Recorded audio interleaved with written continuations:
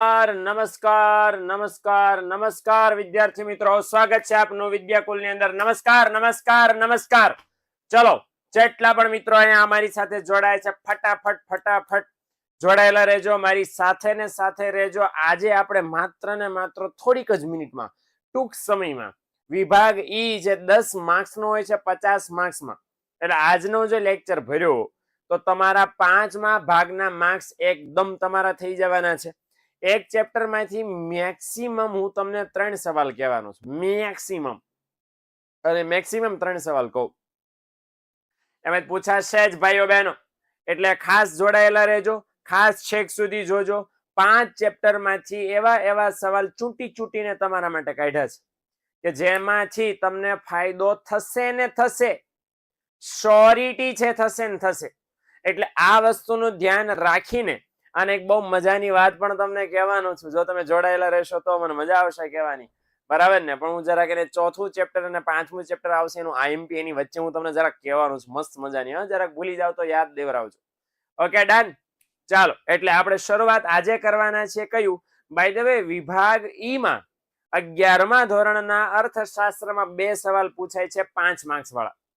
Okay, હવે આ 5 marks વાળા 2 સવાલ પૂછાય છે, એ કયા કયા પૂછાઈ શકે? ઘણાની ખબર જ નથી હોતી કે સાહેબ પૂછાઈ શકે, એટલે કયા ચેપ્ટરમાંથી પૂછાવાની શક્યતા વધારે છે એ પણ આપણે જાણવાનો પ્રયત્ન કરીશું. ચાલો, સૌથી પહેલું ચેપ્ટર છે, સાવ ઈઝી પીજી છે, અને બહુ ઓછો ટાઈમ હું તમારો લેવાનો છું.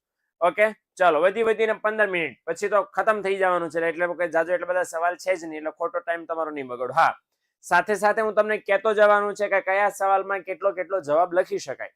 ઓકે, નંબર 1 સૌથી પહેલો છે, અર્થશાસ્ત્ર વિશેનું વ્યવહારિક અને વ્યાવસાયિક મહત્વ સ્પષ્ટ કરો. હવે આ સવાલ પહેલા ચેપ્ટરમાંથી 5 માર્ક્સમાં મેં મૂક્યો છે, પૂછાવાની શક્યતા ઓછી છે, પણ છતાં એટલા માટે મૂક્યો છે કારણ કે પૂછાય તો આજ પૂછાય એવો છે.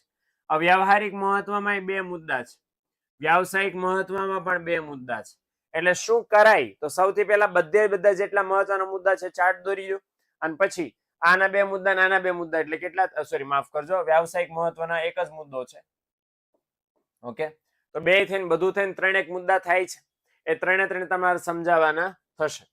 ઓકે, બીજો એક સવાલ છે, પશ્ચિમના અર્થશાસ્ત્રમાં પશ્ચિમમાં અર્થશાસ્ત્રનો ઉદ્ભવ અને વિકાસ. તો એરિસ્ટોટલ થી શરૂ થાય છે.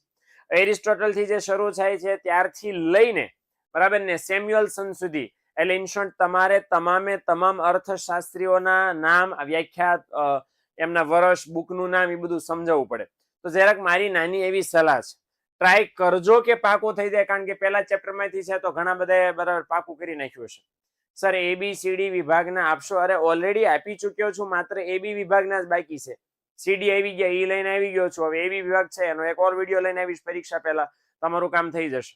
પણ અહીંયા એક વસ્તુનું ખાસ ધ્યાન રાખજો કે આ પશ્ચિમમાં છે, આ સવાલ એટેન્ડ કરવો અથવા બરાબર ને, એના બદલે જો આના કરતા બીજો કોઈ અથવાનો સારો સવાલ હોય તો એટેન્ડ કરવાની ટ્રાય કરવી, કારણ કે આ બધાની અંદર મોસ્ટ ઓફ બધા અર્થશાસ્ત્રીઓના નામ હશે. હા, તમને આવડે છે તો પ્લીઝ એટેન્ડ કરજો. ઓકે, તો જેટલા અર્થશાસ્ત્રીઓ છે, કયા અર્થશાસ્ત્રીઓ લખવા પડશે એની અંદર? તો કે માર્શલ દાદા લખવાના જ. બાય ધ વે, આમની પહેલા આવ્યા હતા એડમ સ્મિથ. ઓકે, તો એડમ સ્મિથ આવ્યા, પછી માર્શલ આવ્યા, પછી લાયોનલ રોબિન્સ આવ્યા, અને છેલ્લે આવ્યા હતા સેમ્યુઅલસન. તો બધાએ આપેલી અર્થશાસ્ત્રીની વ્યાખ્યા, એમણે આપેલી બુક્સ, કયું વર્ષ, એમની વ્યાખ્યાની ટીકા જો થઈ હોય તો માર્શલની જેમ. ઓકે, તો એવા આપણે લખવાના છે. ઓકે, તો 2 સવાલ છે પહેલા ચેપ્ટરમાંથી.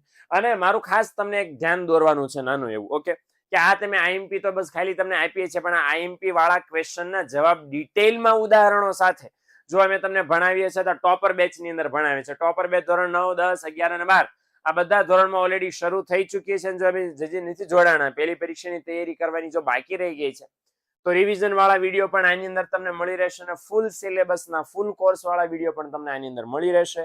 લાઈવ લેક્ચર જે હું અત્યારે તમારી સામે લઈ રહ્યો છું, એવા ને એવા લાઈવ લેક્ચર આની અંદર પણ મળી રહેશે. એટલે જોડાયેલા રહેજો, અને જો ન જોડાણા હો તો આ નંબર ઉપર કોલ કરીને સબસ્ક્રિપ્શન મેળવી લેજો, તો પછી આખા વર્ષમાં ટોપર બનવાની સંભાવના સૌથી વધારે તમારે છે. ઓકે, ચાલો આગળ વધીએ. ચેપ્ટર નંબર 2, અર્થતંત્રમાં આવતા ચક્રાકાર આર્થિક પરિવર્તનો કયા પ્રકારના છે એની વિસ્તૃત સમજૂતી આપો. તો જે ચક્રાકાર પરિવર્તનો આવે છે, ચક્રાકાર કેટલા પરિવર્તનો આવે છે? 4 ચક્રાકાર પરિવર્તનો આવે છે. ઓકે, હવે જે 4 પરિવર્તનો આવે છે કયા કયા? તો કે આકસ્મિક આર્થિક પરિવર્તન, મોસમી આર્થિક પરિવર્તન, દીર્ઘકાલીન આર્થિક પરિવર્તન અને ચક્રવત આર્થિક પરિવર્તન. હવે આ 4 પરિવર્તનો આવે છે. 4 માં શું કરવાનું છે? વ્યાખ્યા, કોઈ વિશેષતા હોય તો એ, નહીં તો ઉદાહરણ. ઓકે, એટલું લખીને પૂરું કરી નાખવાનું છે. ભાગજાને એટલું લખીને. હવે ત્યાર પછી જે વેપાર ચક્રની વ્યાખ્યા આપી એના તબક્કાઓ. હવે જો વ્યાખ્યાનો એક માર્ક, ઓકે, હેબરલર અને હોટરે એ બે જે વ્યાખ્યા આપી છે એમાંથી કોઈ પણ એક વ્યાખ્યા લખી શકો, એનો એક માર્ક, અને એના તબક્કા. હવે તબક્કા કેટલા છે? તો આના તબક્કા 4 છે. તો 4 તબક્કા સમજાવવાના. કયા કયા 4 તબક્કા છે? તો કે તેજી, ઓટ, મંદી અને સુધારણા. તો આ 4 તબક્કાઓ, 4 તબક્કાઓમાં શું શું સ્થિતિ હોય કોઈ પણ દેશની અર્થતંત્રની, એની અંદર આપણે સમજાવવાનું થશે. ત્રીજો સવાલ છે સંપત્તિનો અર્થ આપવાનો છે, અને સંપત્તિના કોઈ પણ 5 લક્ષણો આપણે વિગતે સમજાવવાના છે. બરાબર ને? ઉપયોગિતાનું મૂલ્ય હોય, વિનિમય પાત્ર હોય ને, બરાબર ને, ભૌતિક બાહ્ય કે ભૌતિક સ્વરૂપ હોય, ટકાઉપણાનો ગુણ હોય. તો આવા જે 5 લક્ષણો છે એ આપણે એની અંદર સમજાવવાના થશે. 5 માર્ક્સમાં છે એટલા માટે. ઓકે, વ્યાખ્યા છે માર્શલ દાદાજી આપી છે, લખવાની છે. ચોથો સવાલ એક લટકાનો અહીંયા મૂક્યો છે, જે મને લાગતો નથી તમારે પાકો કરવો પડે. આના ખાલી તો ટાઇટલ પાકા કરીને તમારું કામ ઈઝી બની જશે. બાય ધ વે, સવાલ શું છે? વસ્તુના પ્રકારો. 5 પ્રકારો છે સહેલામાં સહેલા. બીજા પાઠમાં સહેલામાં સહેલો કોઈ પ્રશ્ન હોય તો વસ્તુના પ્રકારો છે. ઓકે, 5 પ્રકારો છે, એકદમ ઈઝી પીજી છે. એટલે ઓકે, એક બે વાર આમ નજર મારો ને તો હેલા હેલા છે, આવડી જાય એવા છે. ઓકે, એટલે આમ ખાલી લટકાનો મૂક્યો છે. આમાં બહુ એટલી બધી મહેનત નહીં કરવી પડે જેટલી તમારે આમાં કરવી પડશે. ઓકે, એટલે આ વસ્તુનું ખાસ મિત્રો ધ્યાન રાખજો. સર, એક મારી રિક્વેસ્ટ છે કે 11 કોમર્સની એક ન્યૂ ચેનલ ઓલરેડી છે. ઓકે, કોમર્સની ઓલરેડી ન્યૂ ચેનલ છે, ધોરણ 11-12 topper. Okay, Vidyakul 11 and 12 topper એમ કરીને છે, માત્ર કોમર્સની છે. ઓકે, તો જો ચેક કરો, માહિતી મેળવો એટલે તમને મળી જશે. ચલો, ચેપ્ટર નંબર 3 અર્થશાસ્ત્રની દ્રષ્ટિએ તો અગત્યનું છે જ ભાઈ. પરીક્ષાની દ્રષ્ટિએ સૌથી વધારે અગત્યનું ચેપ્ટર આ છે. કારણ કે 5 ચેપ્ટરમાં સૌથી કામનું ચેપ્ટર, એટલે ધ્યાન દેજો ખાસ. શું શું પૂછાઈ શકે આ ત્રીજા ચેપ્ટરના વિડીયોમાં, ત્રીજા ચેપ્ટરની અંદર. સૌથી પહેલું છે માંગનો અર્થ આપી માંગને અસર કરતા પરિબળો સમજાવવાના છે. હવે માંગનો અર્થ આપવાનો શું છે? કે ચોક્કસ સમય અને કિંમતે ગ્રાહકની વસ્તુ ખરીદવાની ઈચ્છા, શક્તિ અને તૈયારી, એને શું કહેવાય છે? માંગ કહેવાય છે. હવે સિમિલરલી આપણે શું કરવાનું છે? માંગને અસર કરતા પરિબળો સમજાવવાના. પણ કયા? 2 પરિબળો સમજાવવા પડે, કિંમત અને કિંમત સિવાયના અન્ય પરિબળો. આ 2 આપણે સમજાવશું ત્યારે આપણું કામ થશે ભાઈઓ બહેનો. ઓકે, આ બંને પરિબળો આપણે સમજાવવાના છે. ચાલો, ત્યાર પછી એટલે એના પેટા મુદ્દા પણ, આના પેટા મુદ્દા છે જેટલા પણ છે, ગ્રાહકની આવક, ઓકે, પછી અભિરુચિ, પસંદગી. ઓકે, તો ગ્રાહકની આવક, અભિરુચિ અને પસંદગી છે, અવેજી વસ્તુની પૂરક વસ્તુની કિંમત છે, ભવિષ્યના ભાવની અટકળ છે, વસ્તીનું વય છે. આ બધા આપણે સમજાવવાના છે. અચ્છા, માંગના નિયમને અનુસૂચિના આકૃતિની મદદથી સમજાવવાનો છે. તો આખો માંગનો નિયમ લખી નાખવાનો છે. અચ્છા, માંગના નિયમમાં શું શું લખશો? ઓકે, તો માંગનો સૌથી પહેલા નિયમ, કિંમત અને માંગ વચ્ચેનો સંબંધ, ત્યાર પછી ધારણા, ત્યાર પછી અનુસૂચિ વાળું કોષ્ટક જે છે ને એ અનુસૂચિ, ત્યાર પછી ભાઈઓ બહેનો આકૃતિ, અને એનું જે 2 કે 3 કે 4 મુદ્દામાં છે એ વિશ્લેષણ. ઓહો, આટલું બધું લખવાનું? અરે ભાઈઓ બહેનો, 2 પાના નહીં થાય, અરે 1.5 નહીં થાય. અરે 1.5 તો થશે, તો 1.5 તો થવા જ જોઈએ ભાઈ, હે ને? એટલે નિયમ છે એ 3 લીટીનો છે. સંબંધ 1 લીટીમાં આવી જાય. કિંમત અને માંગ વચ્ચે કેવો સંબંધ છે? વ્યસ્ત સંબંધ છે. ધારણાઓ 4 લીટીમાં, કારણ કે અન્ય પરિબળો જેટલા છે એ બધા સ્થિર ધારી લેવાના છે. અનુસૂચિ તો કોષ્ટક દોરવાનું છે ભાઈ, આકૃતિ દોરવાની છે જેમાં ઋણ ઢાળ વાળી માંગ રેખા તમારે દર્શાવવાની છે. ઓકે, એટલે આમ તમે જોવા જાવ તો લાગે છે મુદ્દા જાજા, પણ છે હકીકતમાં ઓછા. હાલો, ત્રીજો સવાલ, માંગની મૂલ્ય સાપેક્ષતા. Most IMP, most. ઓકે, તો આ પાકો કરવાનો છે. માંગની મૂલ્ય સાપેક્ષતાના કેટલા પ્રકારો છે? 5. માંગની મૂલ્ય સાપેક્ષતાના જે મિત્રો 5 પ્રકારો છે, આની 5 પ્રકારો: એકમ મૂલ્ય સાપેક્ષ માંગ, સંપૂર્ણ મૂલ્ય સાપેક્ષ માંગ, સંપૂર્ણ મૂલ્ય અનપેક્ષ માંગ, મૂલ્ય સાપેક્ષ માંગ અને મૂલ્ય અનપેક્ષ માંગ. આ જે 5 પ્રકારો છે, 5 આપણે આકૃતિ દોરીને સમજાવવાના છે. અને મિત્રો તમારે જે ભણવું છે એની અંદર મે બી તમારા ધોરણ માટે 11માં માત્ર તો અત્યારે આમાં છે નહીં, પણ ગ્રામર ગીતા એક છે જે તમારા માટે બહુ કામની વસ્તુ છે. તો ગ્રામર ગીતા છે એ 90 રૂપિયામાં માત્ર અમે આપીએ છીએ. બહુ કામની ઉપયોગી ઇંગ્લિશ સુધારવા માટે. ઓકે, સ્વયંના સહકારથી તમે કામ કરી શકો એવી સરસ મજાની બુક છે. અને તમારા કોઈ નાના મોટા ફ્રેન્ડ ભાઈ બહેન જો રહેતા હોય અને એમને બુક્સની જરૂર હોય, મટીરિયલ્સની જરૂર હોય, બોર્ડની પરીક્ષાને હજી વાર છે, તો ત્યાં સુધીમાં તમે છે એમને આમાં આપણી બુકો જે છે સજેસ્ટ કરી શકો. બહુ તમને સહેલાઈથી મળી રહેશે. અને જો ન ખબર પડે તો 97 44 45 48 આના ઉપર છે તમે કોલ પણ કરી શકો છો. ઓકે, ચલો ચેપ્ટર નંબર 4 પુરવઠો એ ચેપ્ટરનું નામ છે. એ પુરવઠા નામના ચેપ્ટરમાંથી શું શું આઈએમપી પૂછાઈ શકે? હાલો, નંબર 1 પુરવઠાના નિયમની અનુસૂચિ અને આકૃતિ સમજાવવાની છે. તો માંગના નિયમમાં કર્યું હતું ને એવું સેમ પુરવઠા નિયમમાં કરવાનું છે. હવે કઈ રીતે પુરવઠા નિયમમાં કરવાનું છે? સાદું સિમ્પલ ફટાફટ આપણે જોઈ લેવાનું છે.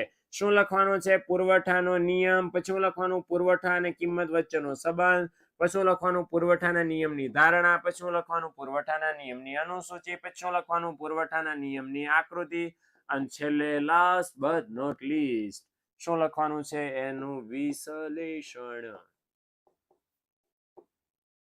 Okay, done. તો આટલું કરવાનું છે. ચાલો, બજારમાં કિંમત નિર્ધારણની પ્રક્રિયા આકૃતિ સહિત મોસ્ટ આઈએમપી જો સ્ટાર કરું છું એ બરાબર પૂછાવાની સૌથી વધારે શક્યતા વાળા છે. હવે કિંમત નિર્ધારણની આકૃતિ કઈ તો કે ચોથા ચેપ્ટરનો છેલ્લો મુદ્દો ચોકડી વાળી આકૃતિ છે ને, માંગ રેખા અને પુરવઠા રેખા. તો ચોકડી વાળી આકૃતિ અહીંયા આપણને ખાસ પૂછી છે. અને માર્શલ દાદાએ પેલું કાતરના પાના વાળું ઉદાહરણ આપ્યું છે ને, કટ કે ભાઈ માંગ અને પુરવઠો બે એવા પરિબળો છે ભાઈ બહેનો કે જેના દ્વારા છે બજારમાં વસ્તુની કિંમત હંમેશા નક્કી થાય છે. માત્ર માંગ દ્વારા પણ નહીં અને માત્ર કિંમત દ્વારા પણ નહીં. ઓકે, તો એ સરસ મજાનો નિયમ છે, એ સિદ્ધાંત છે, એ બાબત છે, પ્રોસેસ એ આપણે ખાસ સમજાવવાની થશે. ઓકે, અને નંબર 3 છે પુરવઠાને અસર કરતા પરિબળો. પુરવઠાને બે પરિબળો અસર કરે છે એટલે બંને આપણે દર્શાવવાના છે. કયા કયા પરિબળો આપણે દર્શાવવા પડશે? તો કિંમત અને કિંમત સિવાયના અન્ય પરિબળો. અન્ય પરિબળોમાં પણ કયા પરિબળો છે જે ચોપડીની અંદર આપ્યા છે? ઉત્પાદનના સાધનોની કિંમત, ટેકનોલોજીની કક્ષા, ભવિષ્યના ભાવની અટકળ અને અન્ય પરિબળો. ઓકે, તો બધા પરિબળો 4 અને 5મું એટલે 5 પરિબળ થઈ ગયા. 5 આપણે સમજાવવાના થશે. Okay, done. ચાલો, છેલ્લો અને 5મા ચેપ્ટરનું આઈએમપી આપું એ પહેલા મેં તમને વિડીયોની શરૂઆતમાં એવું કીધેલું કે મસ્ત મજાની વાત કરીશ તમારા માટે જે સૌથી વધારે ઉપયોગી છે. અચ્છા, વિભાગમાં જ્યારે અથવા વાળા સવાલ હોય છે, ખાસ યાદ રાખજો આ ટીપ જે તમારા માટે સૌથી વધારે ઉપયોગી બનશે પરીક્ષામાં પેપર લખતી વખતે, પેપર દરમિયાન, ચાલુ પરીક્ષામાં. નંબર 1, જ્યારે પણ અથવા ભાળો. શું ભાળો? અથવા. એટલે અથવાનો મતલબ શું છે કે એક સવાલ એના અથવામાં બીજો સવાલ. સપોઝ અહીંયા માની લો તમને આપ્યો છે કે બજારમાં કિંમત નિર્ધારણ અથવા તો અસર કરતા પરિબળો. તો જ્યારે તમારે પસંદ કરવાનું છે કે આ લખું કે પેલું લખું, બે આવડે છે. મારે જે હોય એમ કે ભાઈ અમને એકય નથી આવડતો સાહેબ. ઓકે, પણ આ એવા મિત્રો કે જેને એમ લાગે છે કે સર આ તો મને બે આવડે, પણ આ લખવો કયો ને ક્યારેક સમજાતો નથી. એક તો ટાઈમ નથી અને બીજો સિલેક્શનમાં લોચાપાટી થાય છે. એટલે પહેલી વસ્તુ એવું ધ્યાન રાખવાનું કે કયો સવાલ સિલેક્ટ કરાય. નંબર 1 પહેલો પોઈન્ટ ઓફ વ્યૂ છે કે આપણી પાસે ટાઈમ કેટલો છે. એટલે કોઈ લાંબો સવાલ આવડતો હોય તો ખબર પડે, બરાબર ને. નંબર 2 બીજી વસ્તુ ખાસ ધ્યાનમાં રાખવાની એ કે અહીંયા જ્યારે અથવા વાળો સવાલ કરો તો કયો એવો સવાલ છે કે જે ઓછું લખવાથી ઝાઝા માર્ક્સ મળી શકે એવો છે. ફોર એક્ઝામ્પલ તફાવત આપ્યો છે તો તફાવત આપ્યો છે તો એ જ પસંદ કરાય, કારણ કે તફાવતમાં શું છે કે રોકડિયા માર્ક્સ લાંબુ લખવાને બદલે. આકૃતિ વાળો છે તો એ પસંદ કરાય, કારણ કે આકૃતિ દોરી છે તેના માર્ક્સ મળવાની પૂરેપૂરી સંભાવના છે જો આવડતા હોય તો. સમજણ પડી? એટલે આ જયારે પસંદ કરો તો આ વસ્તુનું ધ્યાન રાખજો. બીજું, તમને કદાચ કોઈ સવાલ ન આવડ્યો, ચાલો ન આવડ્યો તો આ 50 માર્કનું પેપર છે ને 18 જેટલા સવાલ આવશે ને એકાદો ન આવડ્યો તો અર બાપા 18 નહીં, સોરી માફ કરજો, 28 જેટલા સવાલ છે અને તમને એકાદો ન આવડ્યો તો પછી સપ્લિમેન્ટરીમાં એટલો જગ્યા કોરી રાખજો. પાછળથી સમય વધે એમાં લખવા થશે. યા બાય ધ વે તમને એમ લાગે છે ઓહો 2 કલાક છે સર અમારી પાસે, 2 કલાક છે 50 માર્કનું લખવામાં 2 કલાક, તો ઓહો કેટલો બધો ટાઈમ છે. આ 12મા વાળાને 3 કલાક છે માત્ર 100 માર્કનું લખવા માટે. એટલે આ વસ્તુનું ખાસ ધ્યાન રાખજો કે સમય ઓછો હશે એટલે તમને એમ નહીં વેમમાં રહેતા કે હજી સમય છે. નહીં હોય, ક્યારે વયો જશે ખબર નહીં પડે. એટલે આ બાબતનું ધ્યાન રાખીને પેપર પહેલેથી ઝડપથી લખવાની ટ્રાય કરજો. અત્યારે પણ પરીક્ષાની તૈયારી જ્યારે કરો છો ત્યારે લખી લખીને જ કરજો. કાંડું છે એ ચલાવવું જોઈએ. ઓકે, આપણા પ્રોબ્લેમ ક્યાં છે? પરીક્ષા વખતે છે ને ત્યારે જ આપણું સૌથી વધારે કાંડું ચાલે છે. બાકી લખતી વખતે, અત્યારે ભાણતી વખતે, વાંચતી વખતે આપણા ઠેકાણા નથી હોતા. હાલો, છેલ્લું, લાસ્ટ બટ નોટ લીસ્ટ, અને છે ચેપ્ટર નંબર 5, અને છે ઉત્પાદન અને ખર્ચના ખ્યાલો, આવક અને ખર્ચના ખ્યાલો. ઓકે, ચાલો. સૌથી પહેલો સવાલ, ઉત્પાદન ખર્ચના વિવિધ ખ્યાલો. તો કેટલા છે ઉત્પાદન ખર્ચના ખ્યાલો? 3. વાસ્તવિક ખર્ચ, વૈકલ્પિક ખર્ચ અને નાણાકીય ખર્ચ. 3 છે અહીંયા આપણે સમજાવવાના છે. નંબર 2, પૂર્ણ હરીફાઈ સિવાયના બજારમાં સરેરાશ આવક અને સીમાંત આવક આકૃતિ દ્વારા સમજાવવાનો છે. હવે પૂર્ણ હરીફાઈ સિવાયનું બજાર, ઘણા બધા અહીંયા છે ને, ઘણા બધાને ખાલી એટલું જ દેખાય, બસ પૂર્ણ હરીફાઈ, પૂર્ણ હરીફાઈ, પૂર્ણ હરીફાઈ, અને લોચા મારીને વહી આવે છે, ઊંધો સવાલનો જવાબ લખીને વહી આવે છે. એટલે યાદ રાખજો, પૂર્ણ હરીફાઈ સિવાયનું બજાર છે. તો પૂર્ણ હરીફાઈ સિવાયનું બજાર એ કયું બજાર કહેવાય? તો કે અપૂર્ણ હરીફાઈ વાળું બજાર કહેવાય. ઓકે, એટલે સ્વાધ્યાયમાં સવાલ ફેરવીને પૂછો છે, મતલબ એમ નહીં કે આપણે ભાગી જવાનું છે. યાદ રાખજો. ઓકે, પરીક્ષામાં લોચા નહીં મારતા. આવો સવાલ આવ્યો, આવો જ સવાલ પૂછાય છે પછી ઊંધું લખીને લા ઓ મમે મરી ગયા, કેમ? કે પેલા પૂર્ણ હરીફાઈ વાળું લખીને આવ્યો. સવાલ હું હતો? પૂર્ણ હરીફાઈ સિવાયનું. તો ચોપડીમાં બીજું કયું આપ્યું છે? 5મા ચેપ્ટરમાં છેલ્લો મુદ્દો એ જ આપ્યો છે, પૂર્ણ હરીફાઈ સિવાયનો. તો કયો આપ્યો છે? અપૂર્ણ હરીફાઈ વાળો. એટલે આ વસ્તુ ધ્યાન રાખજો. આવી આકૃતિ હશે, તમે ભણ્યા જ હશો, બરાબર ને? તો આવી આકૃતિ વાળો હશે. Okay, done. ચાલો, પૂર્ણ હરીફાઈ વાળા બજારમાં સરેરાશ આવક અને સીમાંત આવક આકૃતિ દ્વારા સમજાવવાનો છે. ચલો, અપૂર્ણ હરીફાઈ વાળું બજાર છે તો અમે તો ચોખ્ખું લખ્યું જ છે, પૂર્ણ હરીફાઈ વાળું બજાર. તો એની અંદર શું આવશે? તો એની અંદર ભાઈઓ બહેનો આવી આકૃતિ વાળું આવશે. ઓકે, તો આ છેલ્લેથી બીજો મુદ્દો 5મા ચેપ્ટરમાં ઉદાહરણ, વિશ્લેષણ બધું લખવાનું થશે. Okay, done. એટલે આ 5 ચેપ્ટરનું આઈએમપી છે. આશા છે કે તમે પરીક્ષાની તૈયારી જેમ હું વિભાગ વાઇઝ કરાવું છું એમ કરી શકશો, અથવા તો ચેપ્ટર વાઇઝ કરવી છે તો એમ પણ કરી શકશો. જ્યારે આવી તૈયારી કરો ત્યારે ખાસ વસ્તુનું ધ્યાન રાખજો કે મોટા સવાલ પહેલા, નાના સવાલ પછી, ને એના કરતા નાના સવાલ પછી, ને એના કરતા નાના સવાલ એના પછી, હે ને? એટલે આ વસ્તુનું ધ્યાન રાખજો. પેલા 5 માર્કના, પછી 3 માર્કના, પછી 2 માર્કના, પછી 1 માર્કના. Okay, done. વિશ્વાસ રાખશો અકબરેલી તો ભગવાન ભલું કરશે, અને પરીક્ષામાં પૂછાશે, અને મહેનત કરી હશે તો માર્ક આવશે for sure, for sure, for sure. Okay, એટલે આ વસ્તુનું ધ્યાન રાખીને આપણે વિદાય લઈએ. છેલ્લે એક સવાલ છે, પણ એટલો બધો શક્યતા નથી. સરેરાશ ખર્ચ અને સીમાંત ખર્ચ વચ્ચેના સંબંધો. ઓકે, તો એક સાથે 2 આકૃતિ દોરી છે ને એવી. ઓકે, તો આ પણ છે, પણ એટલો બધો આને ધ્યાનમાં લેવા જેવું. બાકીના 3 સવાલ છે પાકા કરવા જેવા છે. ઓકે, ચાલો મળીએ નેક્સ્ટ લેક્ચરની અંદર. નેક્સ્ટ લેક્ચર હું જેવું લઈને આવવાનું છે સેક્શન એ અને સેક્શન બી, જે 8 માર્કના બંને હોય છે, એટલે 16 માર્કના બે હોય છે. તમારા 50 માંથી 16 માર્ક્સ ખાલી એ અને બી વિભાગના જ છે, બોલો, અને ફટાફટ પતી જાય એમ છે. બાકીના તમારે 34 માર્ક્સની માથાકૂટ બાકીના 1.5 કલાકમાં કરવાની થશે. એટલે બહુ ઈઝી એ સેક્શન એ અને સેક્શન બી છે. એવું આવતા વીકમાં તમારા માટે લઈને આવી રહ્યો છું. તો ત્યારે આપણે વળી પાછા મળવાના છીએ. તો મળશું આપણે નેક્સ્ટ લેક્ચરની અંદર. આવજો, Tata, bye bye and C yeah.